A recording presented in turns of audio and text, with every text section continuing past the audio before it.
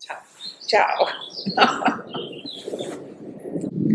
Beside me, Emily Young. I am very much touched and also feel emotion for her presence here, not because of the fact of what she is, but probably because of the way she approaches person and life. We are not here for talking about the same things. Always people ask her. We are here just to have a nice conversation between two friends that just met. Okay, sounds good.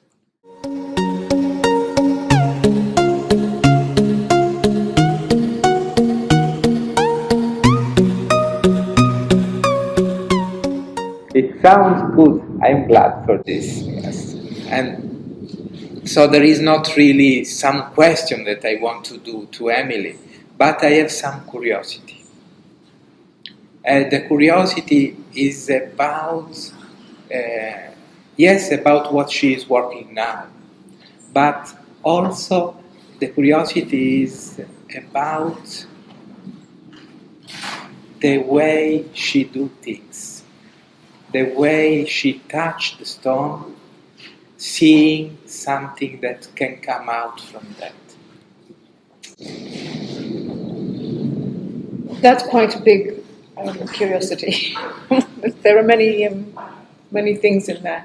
So I can tell you that I don't anticipate precisely what will happen when I find a stone and when I start to work with a stone. I think maybe it will be a head, or I will know if it's going to be a head or a torso or a disc. And those are the three things mainly that I do. Why I do them is because when I first started to sculpt stone, I was always wondering and asking myself, what am I doing? What is happening now between a human and a piece of stone? What is this relationship? And when I'm finding a piece of stone in a quarry or by the side of the road, or I go to a stone yard where they sell exotic stone from around the world, some of the stones, they talk to me and they say, hello, look at me, I'm very interesting, me. And I say, okay, you want to talk to me, you want to play. Other stones, they say, no, I'm private, leave me alone. Okay. And I pass by. But when a stone does have something that I respond to, and I start working with it, quite soon I will know also if this will work, if the stone is good to work. And it's like, the universe or the planet is giving me a little gift with these stones. And so then I wonder what it is what is this relationship made of? That the earth is made of stone.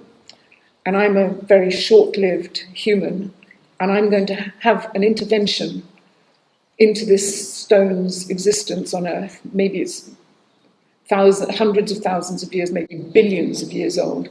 And also into the future, it will have a future. So humans have been on earth for maybe 200,000 years. That's a very short time in terms of stone. But I can change the stone, like nature will change the stone. The wind, the rain, ice, pressure, volcanoes, earthquakes, all of these things will change the stone. So, and here's me, another one. So, but what is it that I am asking of the stone? What am I doing with the stone? So I think of it as like, it's a friendship, it's a relationship, you could call it a marriage. And there's and so then it becomes good. And usually it's that I am going to find a place in the stone. As I work with the stone, I'm going to find a place that the head, the face, will show a kind of stillness, a thoughtfulness, a reflectiveness, a contemplation of human and planet. And with this stone and this human, we come together for a little moment there, and I leave my mark, I leave an intervention that the stone has to agree to this. If the stone isn't going to be accommodating to me, nothing will happen. If it's too hard, if it's got cracks in it, if it's too soft, if it doesn't want to, it will let you know, no, this isn't going to happen, this isn't going to work. But usually, we've made a good accord, we've made a good agreement beforehand. So the piece does grow nicely. So that's what I'm looking for, is the picture, the semblance, the face, the expression of this agreement to work together. Where I respect the stone is saying, I submit to your desire to play. I will play with you. If it says it doesn't want to play, I can't play. It lets me know what it can do or what it will do. So I can ask, and almost always, when I actually get to actually doing it, then it's a good marriage. We have a good friendship, we work together. It goes off out into the world again. It gets sold to somebody, or it goes into a museum or an art gallery or something, or it gets put into a church or somewhere. And then its life is without me then, and it goes on into the future. In the future, I have no idea what will happen to it. No idea. But they are there, and they will have this look of the stillness that you have to have if you are going to have, from my point of view, it's that if you are going to have an honest relationship with this piece of stone, it has to be still. There's no room. It can't be that, hey, we're all having fun here, or, oh, I'm terribly upset about something. There's one piece which is unavoidable, which is where I was so upset about the scientists telling us in 2006 what was going to be happening, the IPCC report of what was going to be happening over these next years, 2006, 13 years ago, and nothing happened at all. And I was very upset, and I did a very big sculpture of somebody who was very, very anguished. It's agony. Because everything that he loves, or she, is going to be lost. Some land, some family, some children, something that means a lot. Just one person, but of course it's so many millions and millions and millions of people. And it's happening, it is happening now, that people are losing everything. Look at the immigration problems, and the droughts and the fires, and it is an apocalypse that we're watching. So that was that one piece. So otherwise, I can understand that the way you work is a relationship between two beings that have a different time on Earth. Yeah. But for some reason, they meet in a precise moment to tell a story. Yeah, and the story is that we are very, very, very short-lived. We're very quick. We haven't been here for very long. We've had a huge effect on the Earth. Lots of the other creatures who we share the Earth with, we've not been very kind to them. We don't care if they die and if they lose their way of life. And I think that's very rude. It's just rude. I mean, how thoughtless of us to do this. And the way you work also show the aspect of this relationship that is based on respect. Because if you don't respect the stone doesn't show itself to you. Yes, exactly. So this thing about looking, if we can get some idea through this feeling of stillness, when you look at a piece of stone, that's been worked, and there is this face that is still, it's quiet. And you can relax. You know how that feels, to be that quiet. Most people know it, even if it's not useful in capitalism to have this quietness. You're meant to be always needing the next thing. But we know about it. Most of us have been there. That gives you a view over the long history of the Earth, back into the past and into the future. And what will we look like?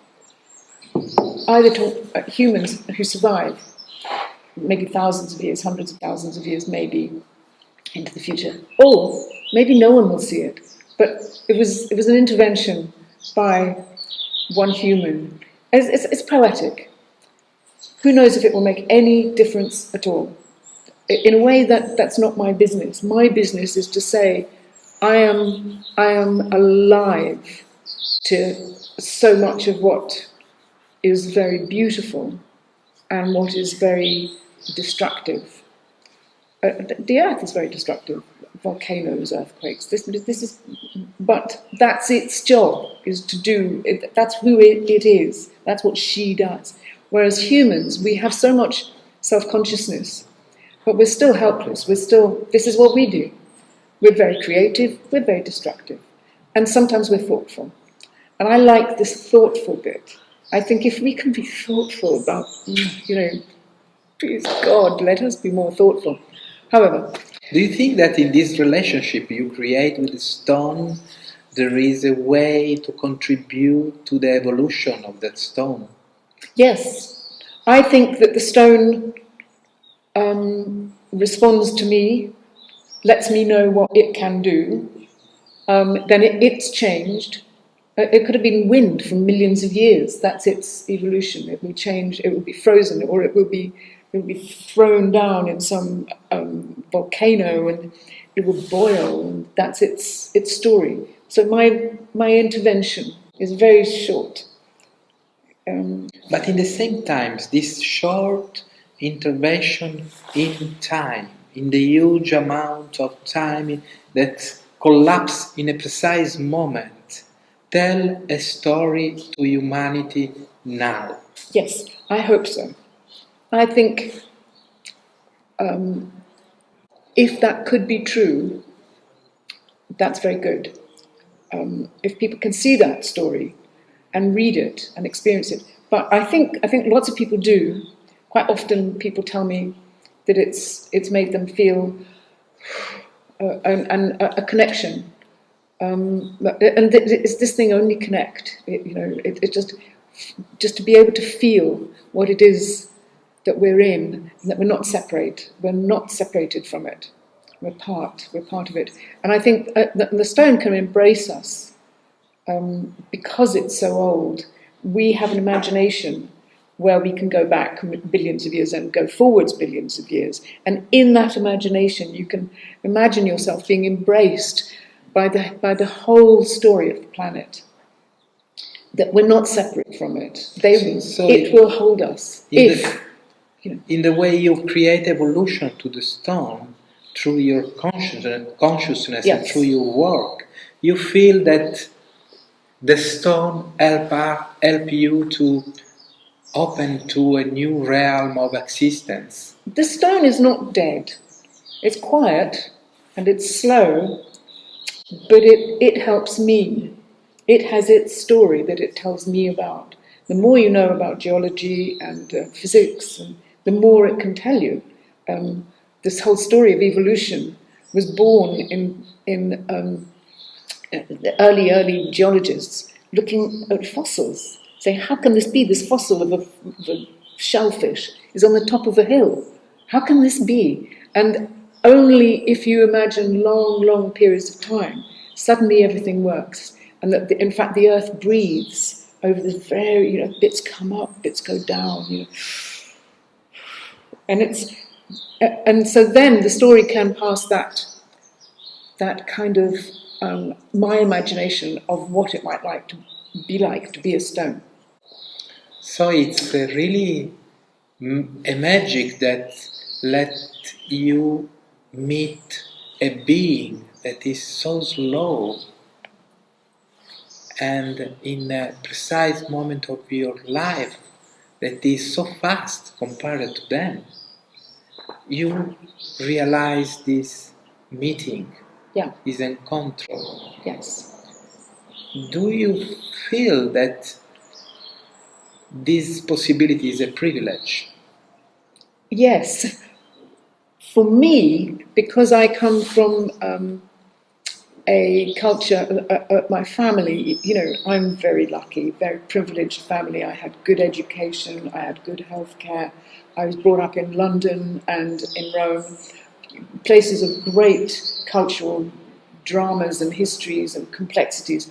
Also, I was able to travel, so I went to many different countries when I was still quite young, and I saw how people all over the world are engaging with their particular environment.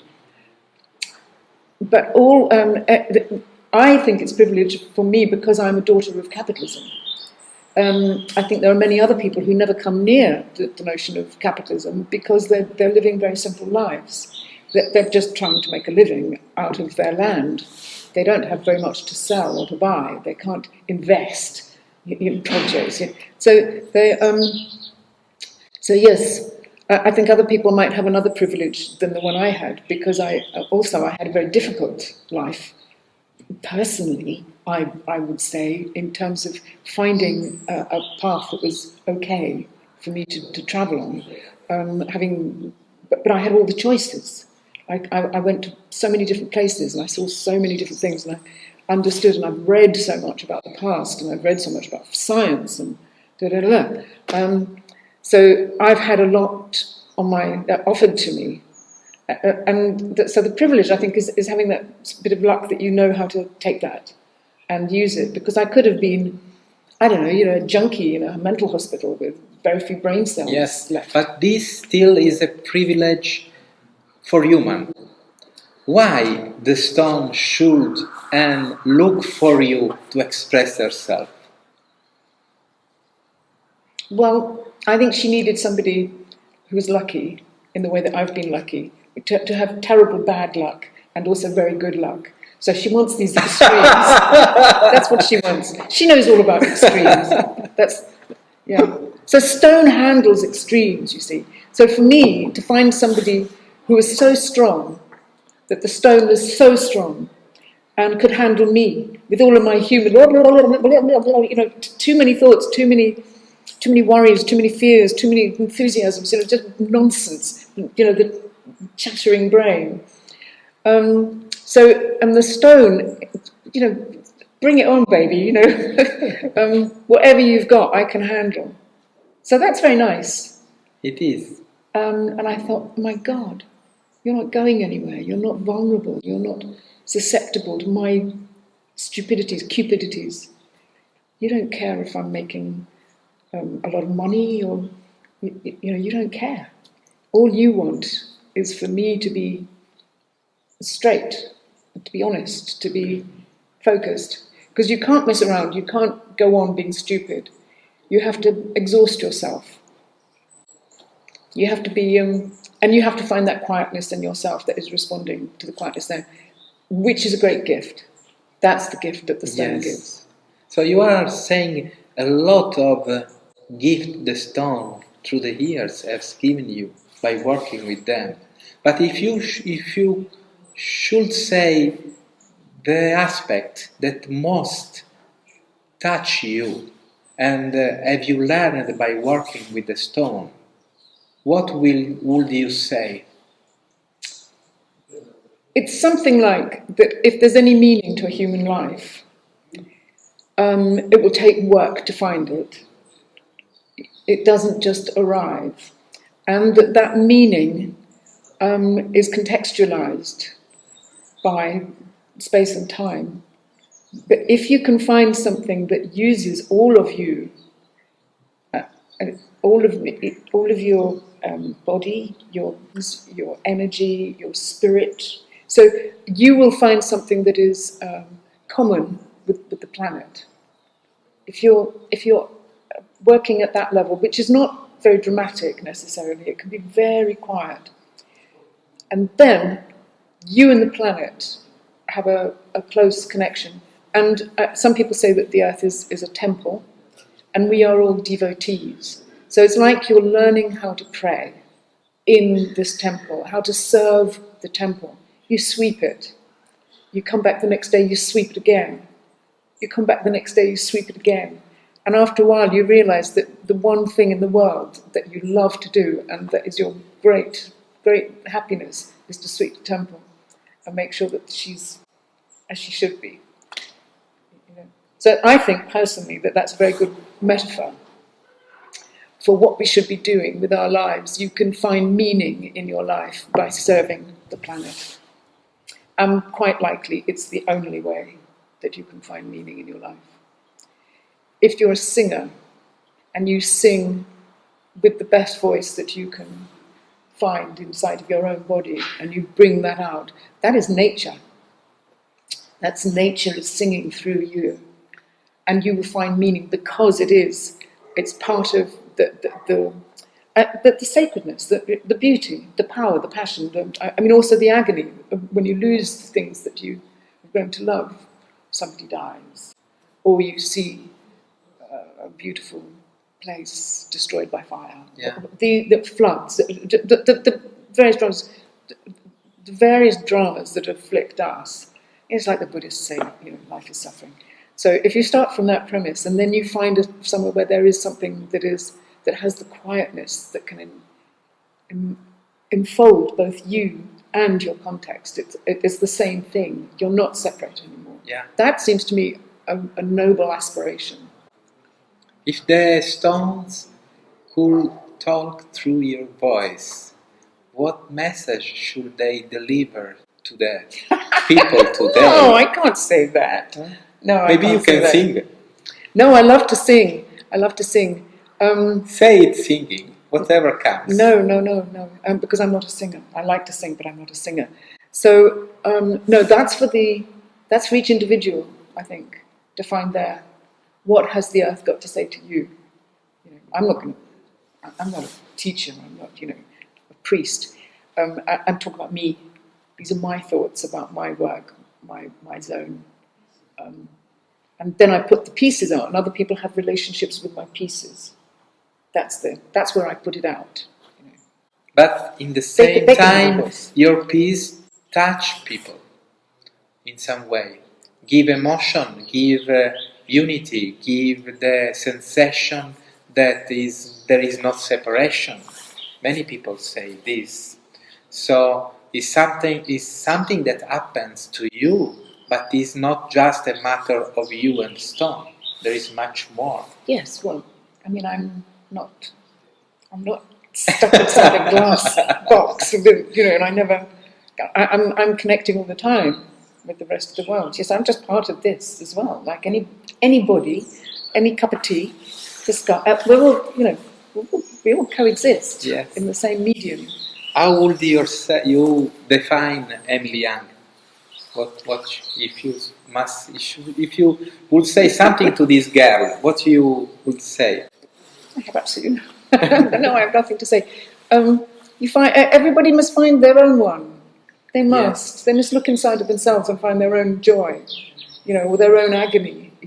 Find it yourself and work with it. And talk to your friends. Yes, talk to bits of wood. Talk to flowers. Talk to stones. Yeah, I have nothing to say. Having spoken rather a lot. Thank you, Emily. A big pleasure. Yes, thank you for asking me such nice questions. Thank you. You have a lot to say. Yeah, press my button. The right questions are very good. Yeah, because I feel the camera, it's like a place where to explore area of our life, of our consciousness, that usually we don't. So for me, it's something else about using it for sport or for exteriority. It's a way where to open our soul, immerse there the knowledge we, some way, in little piece we got from life. It's a sharing, it's an act of generosity. Let's hope and so. I thank you so much for sharing with No, us. thank you for being interested. Yeah, by chuckling my own stone, I discovered that this is one of the things that make me more happy in life. Excellent. Excellent. So thank you so much for giving me the opportunity to explore and feel another time this pure joy.